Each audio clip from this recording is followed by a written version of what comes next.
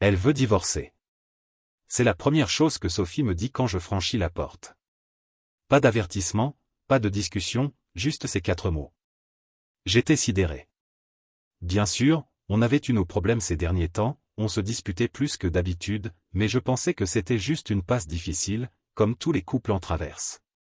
Je n'avais aucune idée qu'elle en avait déjà fini avec nous.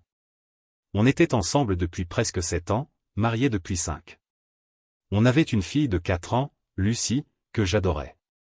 Pour moi, on gérait juste le stress quotidien, des trucs qu'on pouvait surmonter. Mais apparemment, elle avait déjà pris sa décision. Sophie était glaciale là-dessus. Elle avait tout planifié. Elle voulait la maison, la voiture, et pour en rajouter, elle réclamait une pension alimentaire. C'était un coup direct au cœur. J'assurais déjà presque tout. J'avais travaillé dur toute ma vie pour qu'on soit à l'aise, alors pourquoi elle agissait comme si je ne contribuais pas assez? Mon avocat m'a dit de ne pas le prendre personnellement, que c'était normal pour les ex-épouses de viser le maximum lors d'un divorce. Mais ça ne me semblait pas normal. Ça ressemblait à une trahison. J'ai essayé de lui parler, de lui rappeler que je payais déjà les dépenses de Lucie, l'emprunt de la maison, les mensualités de la voiture, même la plupart des courses au supermarché. Mais elle s'en fichait. Elle voulait que tout soit gravé dans le marbre légalement, pour que je lui verse de l'argent tous les mois comme une facture. Elle ne voulait pas juste l'essentiel, elle voulait le contrôle. Elle voulait vider tout ce pour quoi j'avais travaillé, comme si j'étais un inconnu qui ne comptait plus. Et le pire, c'est qu'elle voulait limiter mon temps avec Lucie. On s'était mis d'accord pour que je la voie tous les week-ends, mais maintenant, Sophie voulait me réduire à un week-end sur 2. Juste 2 week-ends par mois. Je n'arrivais pas à y croire. Lucie était mon monde, et l'idée de ne pas la voir tous les week-ends me donnait l'impression de perdre tout ce qui comptait. J'ai dû me battre juste pour garder mon temps habituel avec elle, et croyez-moi, ce n'était pas facile. La première fois qu'elle a déposé Lucie après qu'on ait fixé le planning, j'ai senti la tension dès qu'elle s'est approchée de la porte. Sophie m'a à peine regardé, n'a pas dit un mot sauf pour me tendre le sac de Lucie. Elle m'a lancé ce regard que je connaissais bien maintenant, froid, rancunier. Elle m'a passé Lucie comme si elle tendait un sac de course, pas notre enfant. Elle a même eu le culot de me dire de ne pas la laisser veiller tard, comme si elle contrôlait encore ce que je faisais avec ma propre fille. Puis elle s'est retournée et est partie sans un au revoir pour aucun de nous.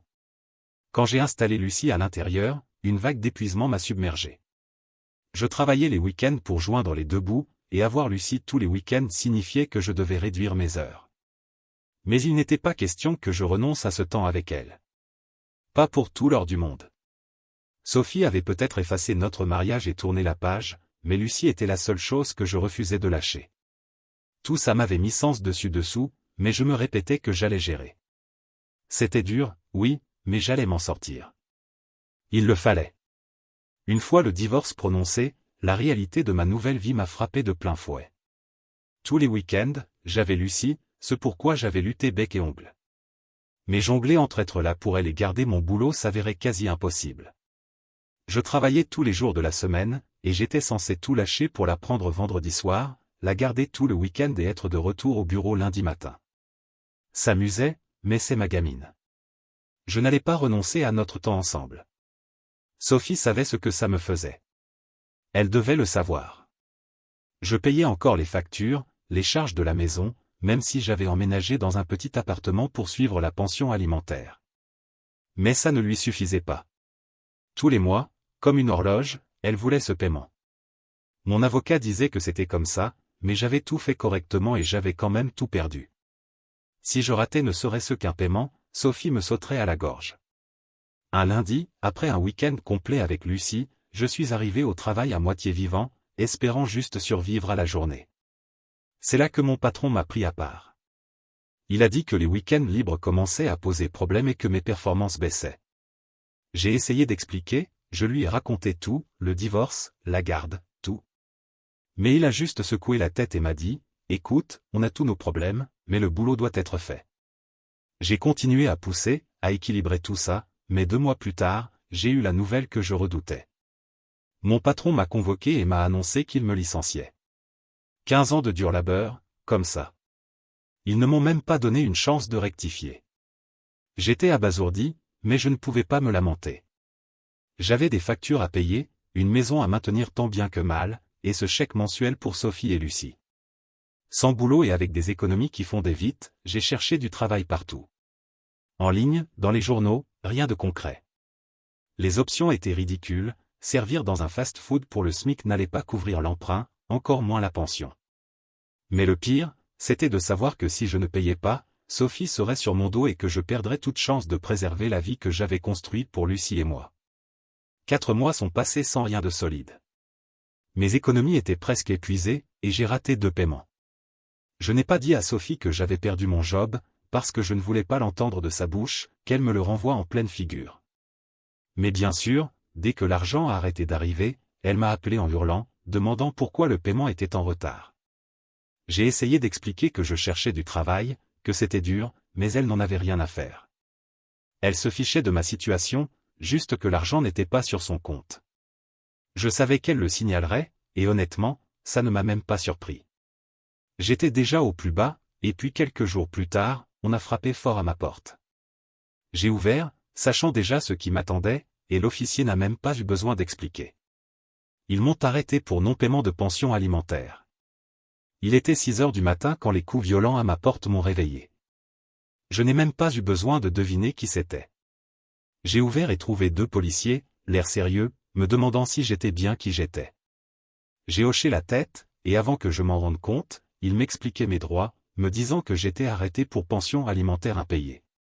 C'était surréaliste. Oui, je savais que j'étais en retard, mais ça ressemblait à un cauchemar. Je pensais qu'ils me donneraient juste un avertissement, me diraient d'aller au tribunal ou quelque chose, mais non, menottes, là, sur le seuil de ma porte. Sur le trajet vers le commissariat, tout ce à quoi je pensais, c'était Lucie. Comment j'allais lui expliquer ça? Comment expliquer que son papa avait été emmené en prison parce qu'il ne pouvait pas suivre les paiements pour elle? Rien de tout ça ne semblait juste. J'avais fait tout ce que je pouvais pour tenir ma vie ensemble après le divorce, mais c'était le coup de grâce. Ils m'ont fiché, pris mes vêtements, mes chaussures, mon portefeuille, tout ce qui me faisait me sentir moi-même, et m'ont donné une tenue orange. Puis ils m'ont conduit en cellule de garde à vue. Je me suis assis, essayant d'assimiler, entouré de gens qui avaient vraiment commis des crimes. Tout ce que je me disais, c'était, je n'ai pas ma place ici. Je suis là parce que j'ai perdu mon job, pas parce que je suis un criminel. Mais personne ne s'en souciait. Comme c'était le week-end, ils m'ont dit que je ne verrais pas un juge avant lundi. Ça signifiait 2 jours entiers coincés là. J'ai essayé de rester dans mon coin, assis sur ce banc métallique froid, fixant le sol, essayant de ne pas craquer.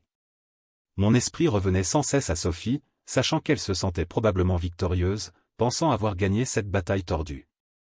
Et Lucie?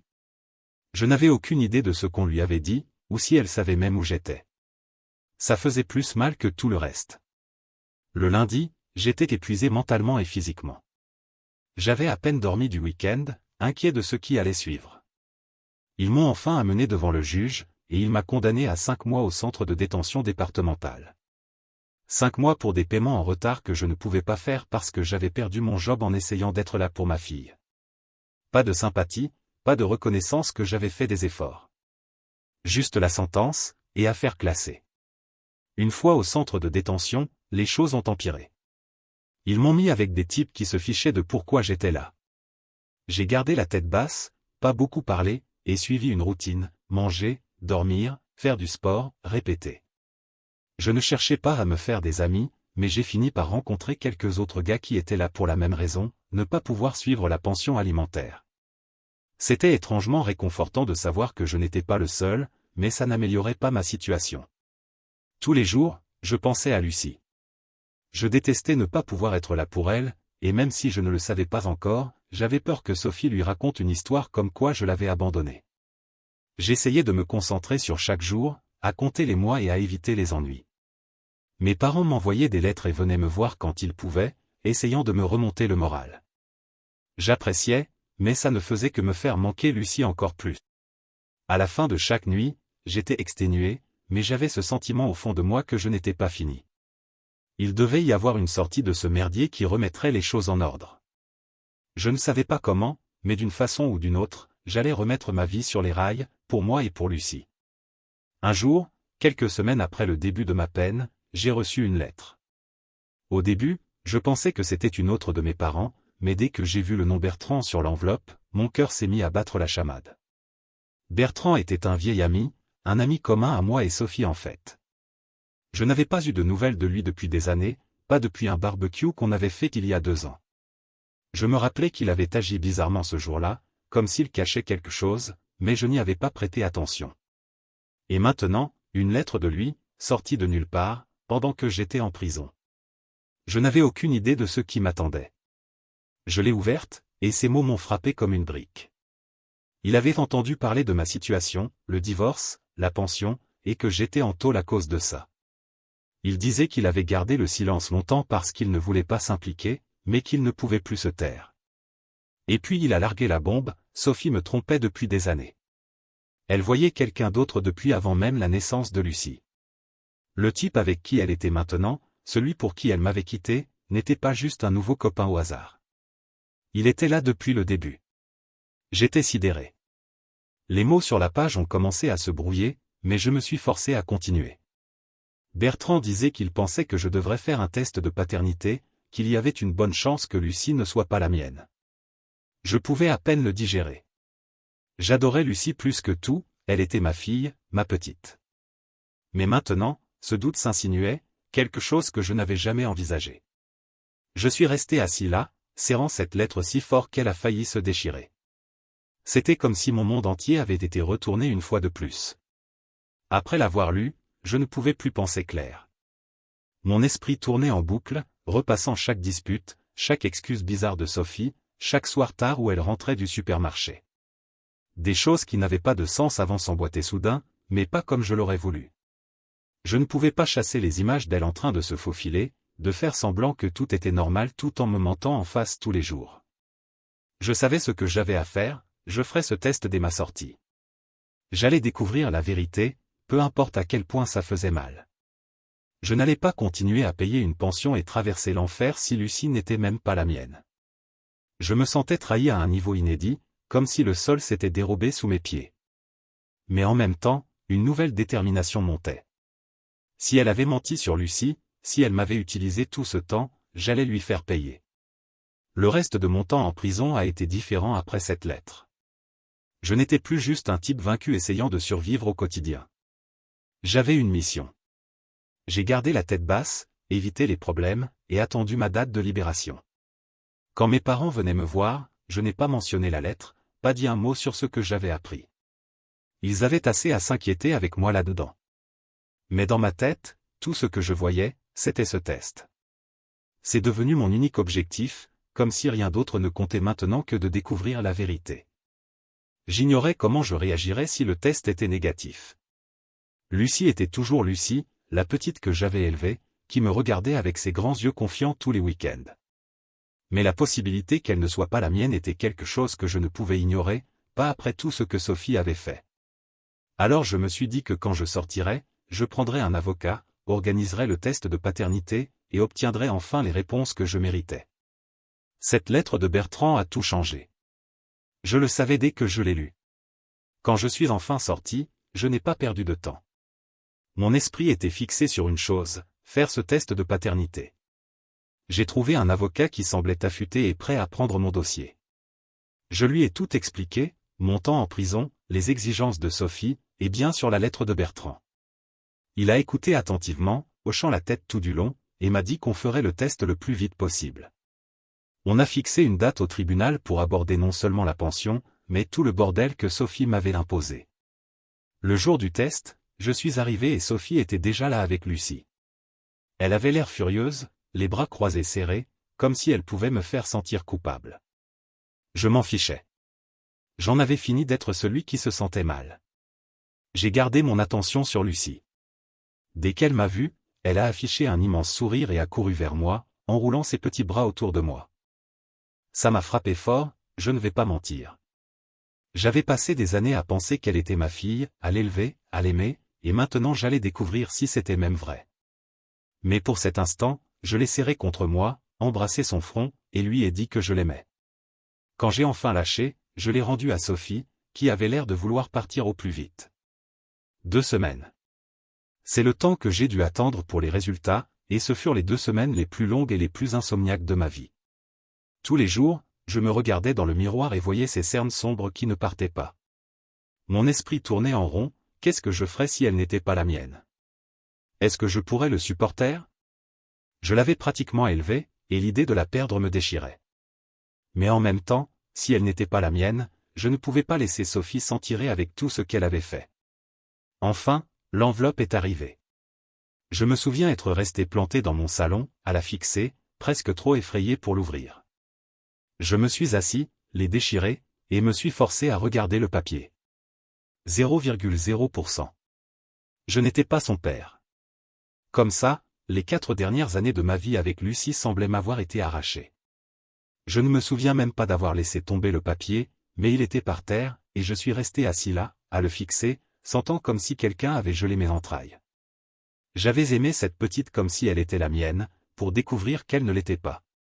Après m'être ressaisi, j'ai appelé mon avocat, lui ai dit les résultats, et que je voulais avancer sur tout ce qu'on avait discuté. Je voulais poursuivre Sophie pour fraude, pour dommages émotionnels, pour toute la pension que j'avais payée. Mon avocat était d'accord et a dit qu'il lancerait les papiers. Et j'admets qu'une partie de moi se sentait un peu vengée, sachant que je contre-attaquais enfin. Mais même après cet appel, je ne pouvais pas chasser ce sentiment de perte. J'avais été prêt à récupérer ma vie, mais perdre Lucie n'était pas quelque chose que j'avais anticipé. Sophie m'avait volé des années que je ne récupérerais jamais, et Lucie ne comprendrait probablement jamais ce qui s'était passé. Mais cette fois, je n'allais pas laisser Sophie gagner. Elle m'avait trompé, traîné en enfer, et pourquoi? Je savais une chose pour sûre, j'allais obtenir une forme de justice, quoi qu'il en coûte. Le jour de l'audience au tribunal est enfin arrivé, et j'étais prêt. J'avais traversé tant de choses, la prison, les mensonges, la perte de mon job, et pire que tout, découvrir que Lucie n'était pas biologiquement la mienne. Assis à l'arrière du taxi, je ressentais un mélange de nerfs et de détermination. Tout ce à quoi je pensais, c'était ce que j'allais dire, comment j'allais enfin exposer Sophie pour ce qu'elle m'avait fait, à moi, à Lucie, et honnêtement à nous deux. Je voulais juste que la vérité sorte au grand jour, pour que tout le monde la voie. Quand je suis entré dans la salle d'audience, mon avocat m'a rejoint à la porte, m'a donné un rapide résumé de notre plan, et m'a dit de rester calme. Il gérerait la plupart des paroles. Sophie était déjà assise, l'air plus apprêté que jamais, mais ses yeux la trahissaient. Elle savait ce qui arrivait, même si elle essayait de le cacher. Le procès a commencé, et Sophie a parlé en premier. Elle a prétendu qu'elle n'avait pas su qui était le père de Lucie à l'époque, qu'elle avait cru que c'était moi et qu'elle n'avait pas voulu briser notre famille. Elle a essayé de se présenter comme une héroïne qui avait gardé ce secret pour nous protéger. C'était incroyable de la voir tordre tout pour se faire passer pour innocente. Puis mon avocat s'est levé, et c'était notre tour. Il a tout exposé, la lettre de Bertrand, le test de paternité, les années de paiement de pension que j'avais fait pendant qu'elle profitait de moi. Il a même révélé que le copain de Sophie, Cyril, était le père biologique de Lucie, et qu'elle avait touché une pension des deux côtés. À ce moment, j'ai vu son visage se décomposer alors qu'elle réalisait qu'elle ne pouvait plus s'en sortir par des mots. Le juge a écouté pendant que mon avocat présentait les preuves, les paiements, le fait qu'elle avait commis une fraude. Ce n'était pas juste qu'elle m'avait menti, elle avait menti à 2 hommes, nous avait manipulés, et avait tiré chaque euro possible. Quand le juge a enfin parlé, il a clairement vu les choses telles qu'elles étaient. Il s'est tourné vers Sophie et a dit qu'elle avait commis une fraude, et que c'était un crime grave. Puis est venu le moment que j'attendais. Le juge a décidé que Sophie devrait non seulement rembourser la pension que j'avais payée, mais qu'elle irait en prison pour fraude. 3 ans.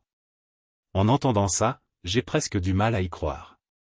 Sophie, qui m'avait fait traverser l'enfer, allait enfin affronter les conséquences. Je pensais que je ne ressentirais que de la satisfaction, et c'était le cas au début. Mais en la voyant être emmenée, la réalité m'a frappé. Lucie, qui m'avait connu comme son papa toute sa vie, allait perdre sa maman aussi. J'avais gagné au tribunal, oui, mais ça ne rendait pas le bordel qu'elle avait créé plus facile pour Lucie. Le juge m'a accordé la garde principale de Lucie, puisque Sophie allait en prison et que Cyril ne se précipitait pas pour assumer la responsabilité. En fait, Cyril s'est vu imposer une pension alimentaire moindre pour couvrir les besoins de Lucie, quelque chose dont je m'occuperai maintenant.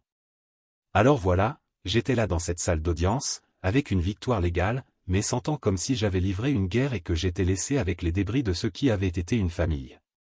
La décision finale du juge m'a donné la garde de Lucie. Et aux yeux de la loi, j'étais toujours son père. Elle n'était peut-être pas de mon sang, mais elle était ma fille dans tous les sens qui comptaient. La tromperie de Sophie avait failli nous détruire tous les deux, mais au final, je savais que j'avais obtenu ce que je voulais vraiment, Lucie était toujours la mienne. En quittant cette salle d'audience, je ressentais un mélange étrange de soulagement et d'épuisement. J'avais récupéré ma vie, ou du moins une partie, et je savais que je ferais tout ce qu'il faudrait pour que Lucie ait un bel avenir.